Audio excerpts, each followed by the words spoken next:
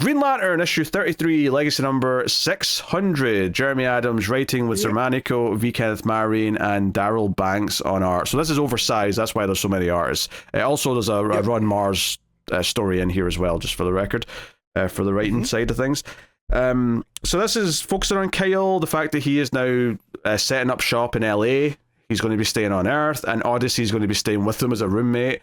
So we got a bit of an odd couple, not that they're in a romantic relationship, but just this roommate kind of friendship thing going on. Which is cool because I like that character and I've enjoyed them bouncing off of each other prior in the book anyway. So this is a nice continuation of that. This main story is largely about him settling in. There is like a sort of pivot at one point where it does like an origin of Kyle Rayner, because she asks about his origin. So we get kind of a retelling of that with this is the V. Kenneth Marion art is on the flashback here. And that's fine. It does what it does, The jump from Zermanico to Marion I know. is whiplash inducing. It is. And I wish they'd almost, because again, Marion's art's not bad. It's very manga-esque. I just wish they'd gone with someone a little bit more 90s house style-y, to show that version of Kyle. I can see that. I can see the comparison. It's like I get, I get it to a point. You're making this easy, accessible to people who don't know who Kyle is that well. But we are doing like a retelling of some of his origin, and the same later on with Hal. We get like Hal's not so much his origin as Green Lantern. It kind of ends there, but we get like the origin kind of his life before that point, and his relationship with his dad, and why he wanted to be a test pilot, and how he kind of first had a crush on Carol and all that stuff. That comes a little bit later. But once we get into the main story, though, back to the Zermanico art, basically this is an entire story shitting all over AI art and generative AI, because this movie studio guy fires all the artists because he's got a computer that's going to do all of it for him now. He doesn't want to pay all these people.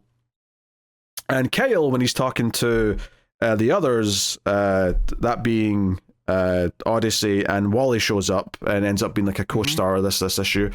They're like, hey, you're an artist, why don't you do an art thing? And they look over and they see the movie studio and they're like, oh, why don't I go in there and ask to see how they hire people? And obviously they're all walking out with their boxes because he's fired all the artists, so it's like, oh, what issue you? But the actual the threat of this, right, and part of the reason why he's based on Earth for the time being is that 7 prisoners from the science cells have made it to Earth. And this issue has one of them kind of possess this movie studio boss, this executive, and actually uses the AI computer to like help make constructs, just like the Green Lantern constructs.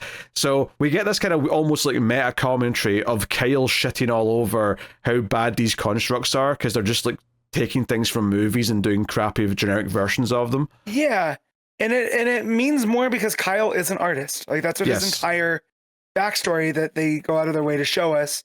His origin is that he was working as an artist, and he was throwing all his working time in it, ruined his relationship with his model, which, by the way, is that the girl that got fridged? I've never read the original Kyle Rayner Green Lantern run as of yet, so I do not know. I don't think so, but I'm not sure. I feel like it was someone named Alex, and that was in Alexandra. So, that made me go like cringe a little bit. But yeah, so they remind you that he was an artist. So to have him go in on these contracts, he's like, these aren't even original things. They're just pulling from other things. And, they lack the depth of art. And coming from the artist Green Lantern, where when we get these, like the difference between the different lanterns and their constructs, and how Kyle always has this artistic flair to his. I thought that was a nice line. And again, anything that bashes AI is good by me. Yeah, and speaking of Wally having his outfit back, which he does here in this issue as well.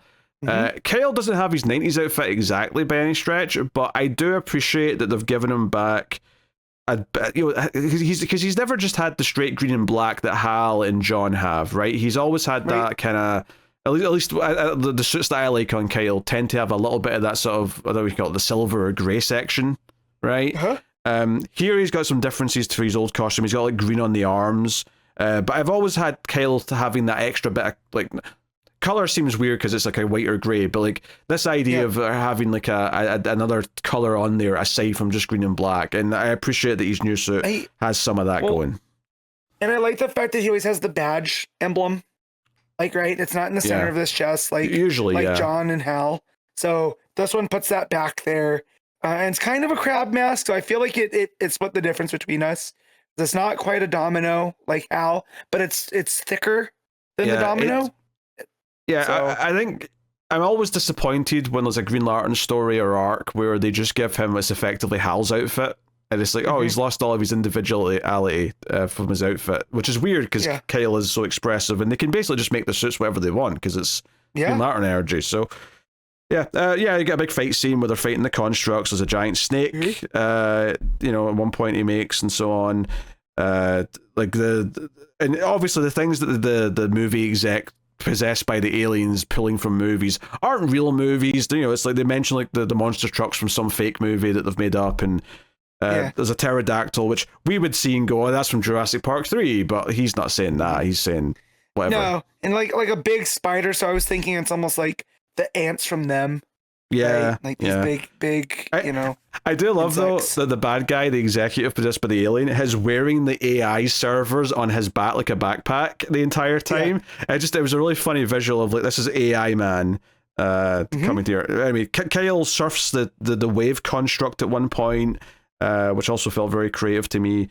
But ultimately when they end up sitting up in the Hollywood sign and looking out over the city, and the whole thing is that Odyssey didn't really get why LA is so special and why the traffic's something that you should experience, and by the end she's like, okay, maybe I get it a little bit, kind of thing. Disagree about the traffic, all right? Like, plan your day. I think that's the point. I mean, Kyle's obviously like, he's like, oh, I missed the traffic jams, and everyone else in the world's like, yeah, you're not supposed to miss those. Like, everyone hates traffic jams. And her sitting over there, and they're sitting on the O, or one of the O's on the Hollywood sign, and she's like, oh, it's like a sea of stars, which is what I hear people describe when the lights all kick on there. So, seems like there's a lot of love for the city throughout this issue, which is nice to see, because LA tends to get crapped on. And so I do like the fact that he hit, like, the traffic sucks, and sometimes the people are a bit shallow, but I mean, look at it. There is some good in here. I could almost hear Randy Newman singing "I Love LA" at the end, as this was the camera was panning away from the final shot. There's a little epilogue though of Hal with one of the Wonder Twins, Jaina. Thank you. I was never going to remember what the individual name was. And the Manhunters are coming after them, and it's basically just like she's looking for her brother. He obviously teleported here based on the visions that he's trying to discover more about. And they end up escaping. She turns into a giant bear, and he rides on the back of the bear, which I figured you probably popped for, if I was to guess. I did. However, I know my Wonder Twins lore very well. And the whole point of their powers is you need them both there. Wonder Twin powers activate, and she can take the form of animals. He takes the form of water. Clearly, they've gotten over that. Yeah, I see. So she transforms, and I was like, okay, that's different. So she's looking for Zan, and then they find this weird looking ship that apparently, she's never. What does she say? I haven't seen one of these in years. So so there's something strange afoot going on with the Manhunters and the Wonder Twins and the ship. Yeah. So that's just there to set up the other stuff, and then we go to the other part of this, which is Krona.